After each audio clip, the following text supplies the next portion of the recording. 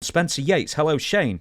A union in pro wrestling is often talked about as something really needed and that will never happen.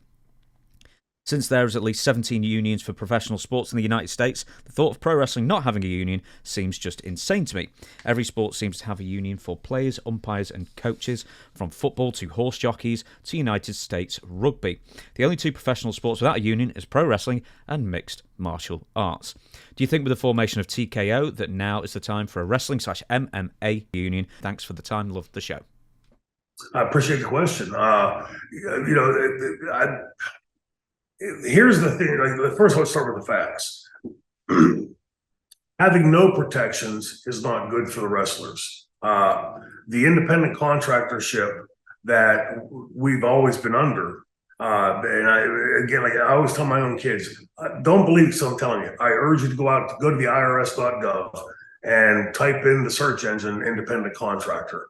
There used to be 21 or 22 criteria, and you had to meet all 21 or 22 of them. If you were 19 out of 20 or 21 out of 22, you couldn't file as an independent contractor.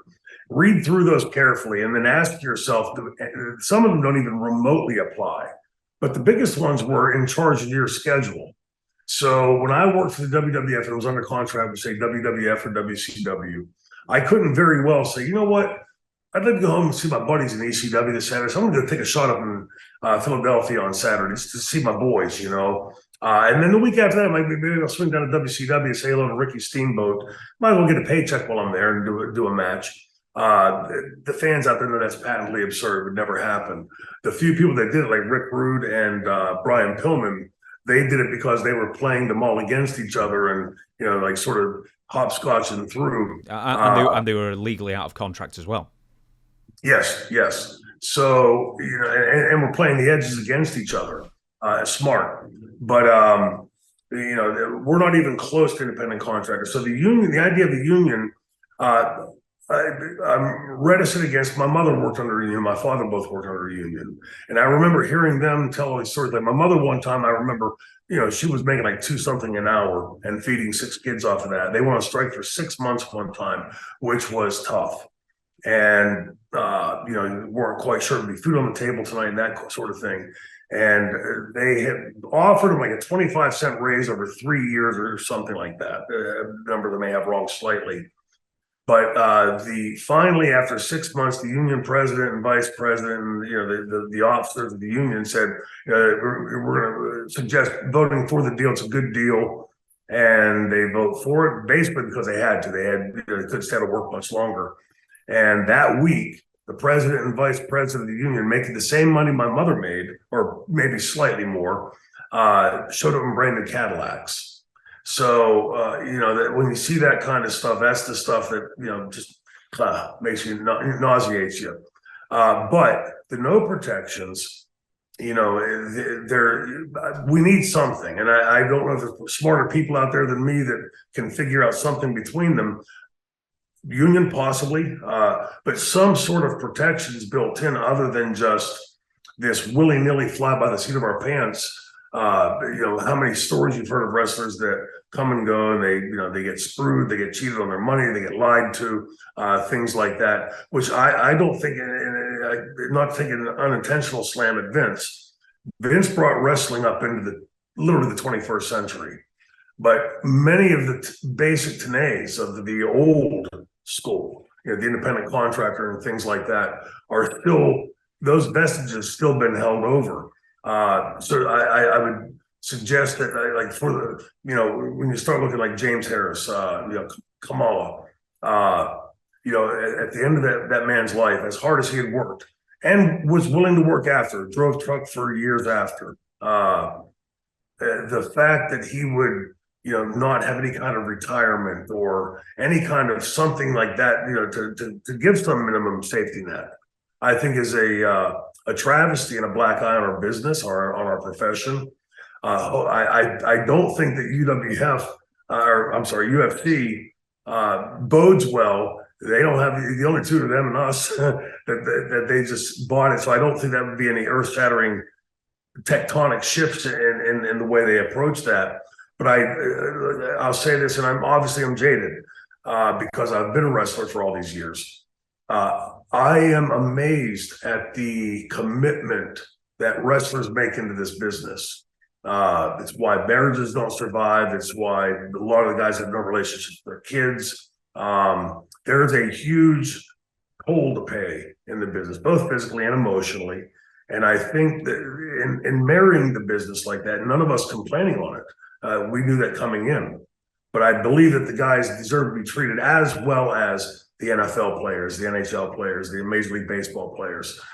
In some respects, our industry is much harder because there's no off season. So there's this constant, push to continue to perform, which of course, as we know, led to the opioid epidemic in our business and the subsequent deaths and all of that. I don't know if union's the answer. I've never really dug into it that deeply, but some protections for the wrestlers, I think, are necessary. And the fact that we're in the 21st century and a lot of those protections still don't exist, I think, is a black eye on our business. But I appreciate the question. I'm going to follow up on that. Are you aware of the MMA lawsuit from Kung Lee to UFC? No. This has been going on for many, many years. It revolves around union. It revolves around not being paid a fair percentage. It revolves around UFC monopolistic practices, let's say. And it's finally getting some serious credence. It's being rushed through the courts now. I think it's finally going to go to court this year, unless a settlement happens.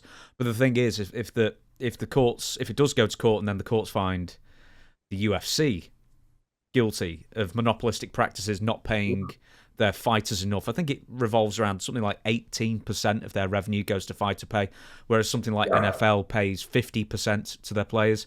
WWE pays more like 11, 12, 13% to their contracted on-screen talent. So if UFC's found guilty, WWE's going to topple next.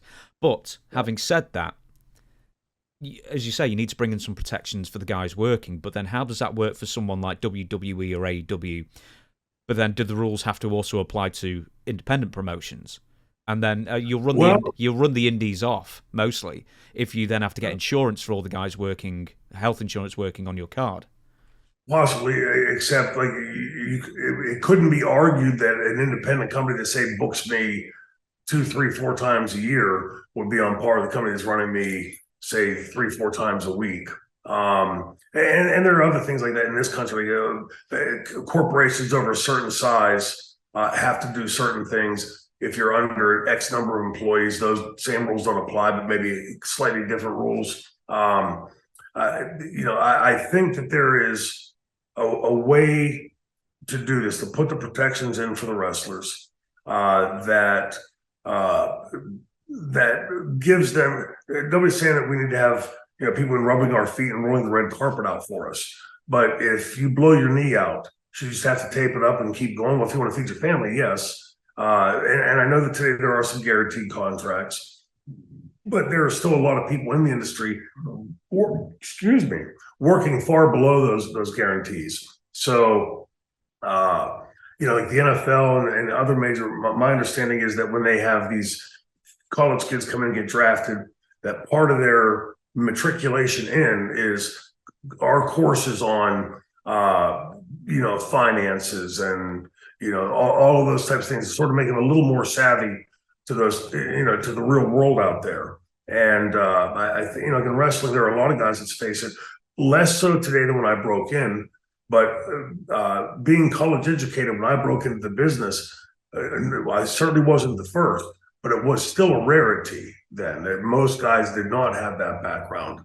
And so, they go out and say, break their back or neck, God forbid, end their career.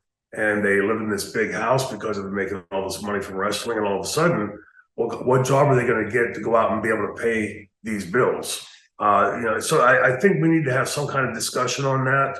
And nobody's saying that, we have to be same percentage as the NFL. It'd be nice if we were. But the point taken that if they're paying that much and Major League Sports are paying that much out, then you can start to, now you have to start looking at the institutional investors, right? The people that are publicly funding these businesses, saying, well, you know, for all this, you know, mission statements and we believes out there, if you're investing in an industry that is still capitalizing on the human pull of wrestling, you know, what we put our bodies through, and the company is only paying out, or the industry is only paying out this much when the other places are paying out that much, there's definitely an argument to be had there. And I just believe that with as talented as the guys are and the commitment they make to the wrestling business, of course, when I say the boys or the guys, I mean everybody. They deserve to have the same types of things that a school teacher would have, a office worker would have, just about any other industry and most other professional sports, as big as the UFC and the WWE are and will be. There should be some protections, yes.